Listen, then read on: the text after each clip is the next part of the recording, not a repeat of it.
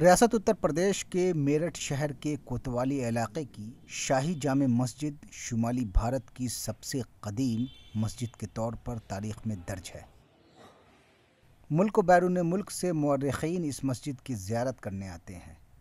بتایا جاتا ہے کہ یہ مسجد 1000 برس پرانی ہے۔ دیکھیے، میرٹھ کی یہ شاہی جامع مسجد ایک تاریخی مسجد ہے۔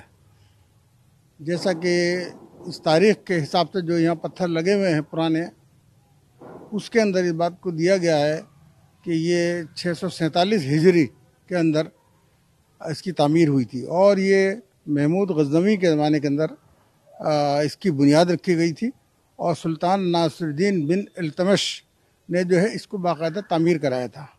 اس کی تاریخی اہمیت کے پیش نظر بھارتی حکومت نے محکمہ آثار قدیمہ کے تحت اس مسجد کے تحفظ اور تجدید کاری کی تجویز پیش کی تھی، لیکن حکومت کی اس تجویز کو مسجد کے متولیوں نے مسترد کر دیا۔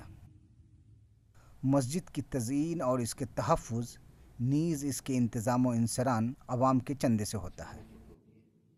دیکھیے، اس کی مسجد کی جو دیواریں ہیں اس میں کوئی دو رائے نہیں، وہ کم سے کم 3 گز چوڑی ہیں، اور گنبد بھی اس کے بہت چوڑے ہیں، اور وہ جیسے کہ پہلی تاریخ ہے اس کے مطابق سے اس کے ہیں ساری چیز۔ یہ سب چیزیں بہت پرانی ہیں۔ مسجد کی وسعت اتنی ہے کہ ایک بار میں 5000 فرزندان توحید ایک ساتھ یہاں نماز پڑھ سکتے ہیں۔